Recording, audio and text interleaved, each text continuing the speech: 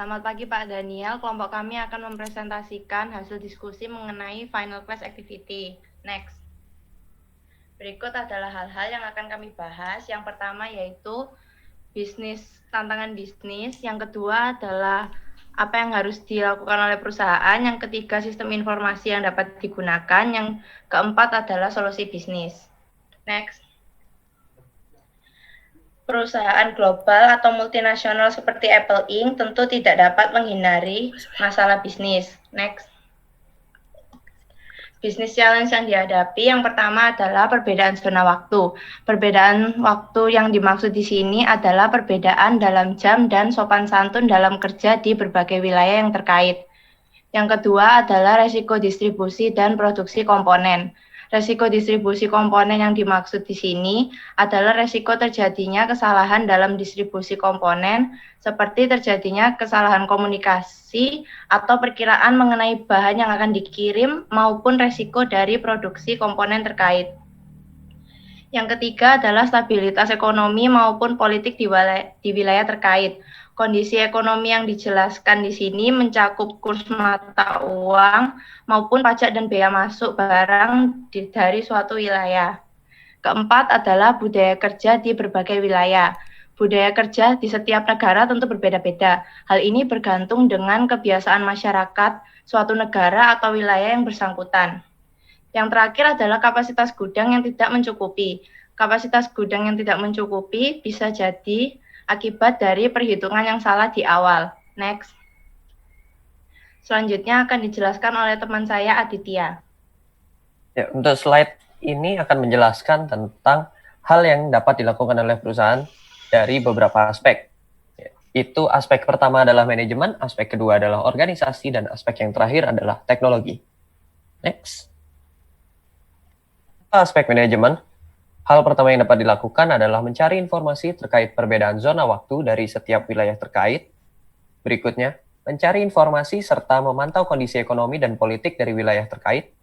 Lalu, mempelajari perbedaan budaya serta cara kerja dari wilayah yang terkait. Berikutnya adalah mencari tahu kapasitas gudang penyimpanan komponen di wilayah terkait. Dan yang terakhir adalah menanyakan kemampuan produksi komponen dari perusahaan terkait. Next. Untuk slide berikutnya akan dijelaskan oleh teman saya, Kevin. Berikutnya adalah yang dapat dilakukan oleh perusahaan dari aspek organisasi. Yang pertama adalah mengelola informasi terkait perbedaan zona waktu dari setiap wilayah. Yang kedua, memahami perbedaan budaya serta cara kerja dari wilayah terkait. Ketiga, mencatat kapasitas setiap gudang penyimpanan di wilayah terkait. Keempat, mendokumentasikan data terkait perusahaan yang bekerja sama. Yang terakhir adalah bekerja sama dengan platform lain untuk mendapatkan informasi terkait. Selanjutnya, yang dapat dilakukan perusahaan dari aspek teknologi. Yang pertama, menggunakan IBM Cognos Analytics.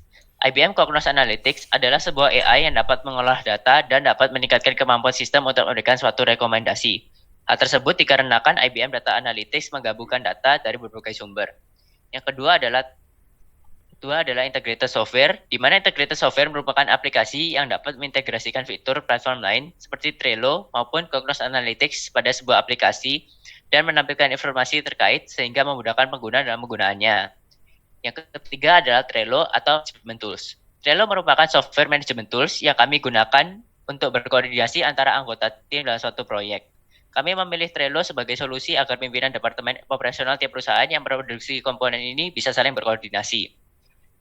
Yang keempat adalah platform lainnya. Platform lain yang dimaksud di sini adalah platform media massa yang berada di masing-masing wilayah di tempat memproduksi komponen tersebut dengan tujuan mendapatkan beberapa informasi penting dan mengolahnya pada Cognos Analytics. Yang kelima atau terakhir adalah hosting. Untuk layanan hosting akan menggunakan IBM Cloud Hosting. Pemilihan menggunakan cloud hosting daripada hosting biasa dikarenakan cloud hosting menawarkan kemampuan untuk penambahan traffic. Selanjutnya akan dijelaskan oleh rekan saya, Ricky. Baik, untuk selanjutnya adalah information system. Yang pertama adalah menampilkan informasi berita terkini ekonomi dan politik di negara terkait. Karena kedepannya akan bekerjasama dengan platform seperti media massa di berbagai negara, maka informasi mengenai ekonomi dan politik yang kedepannya akan berdampak pada bisnis perusahaan akan ditampilkan pada aplikasi yang terintegrasi. Yang kedua adalah AI Distribution Schedule. AI ini akan terintegrasi dengan IBM Cognos Analytics untuk pengambilan keputusan mengenai jadwal distribusi yang tepat berdasarkan kebutuhan dari pabrik perakitan dan jumlah komponen yang diproduksi. Next. Ini adalah estimasi waktu yang dibutuhkan untuk mengerjakan sistem tersebut. Untuk tahapan pertama adalah analisis masalah yang membutuhkan waktu 2 minggu. Tahapan selanjutnya menganalisis kebutuhan dan keperluan yang membutuhkan waktu 2 minggu. Selanjutnya adalah perencanaan proyek membutuhkan waktu 2 minggu. Untuk perancangan sistem membutuhkan waktu 6 minggu. Untuk pengembangan aplikasi membutuhkan waktu 10 minggu. Dan untuk testing dan implementasinya membutuhkan waktu 4 minggu. Next. Presentasi selanjutnya akan dijelaskan oleh teman saya Yoga Bramantara. Baiklah, ini adalah daftar harga yang akan kami gunakan untuk sistem informasi kami. Yang pertama itu ada Trello yang versi Enterprise untuk 600 user dengan totalnya $109.500 per tahunnya. Yang kedua ada IBM Cognos Analytics sebanyak 1 dengan totalnya $1.596.000 per tahunnya.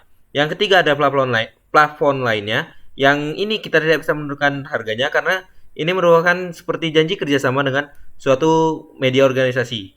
Yang keempat itu ada hosting sebanyak 1 dengan totalnya $4.548 per tahunnya. Next. Untuk bisnis solution yang dapat dibawakan oleh sistem informasi kami, yang pertama itu ada selalu update mengenai kondisi pajak, kurs, bea negara lain yang diajak kerjasama, dan juga selalu update mengenai berita ekonomi dan politik di negara tersebut. Yang kedua itu ada memperkecil terjadinya collusion pada jadwal pengiriman antar perusahaan yang bekerja sama sehingga mencegah terjadinya overload pada gudang penyimpanan. Next. Sekian presentasi dari kelompok kami. Terima kasih.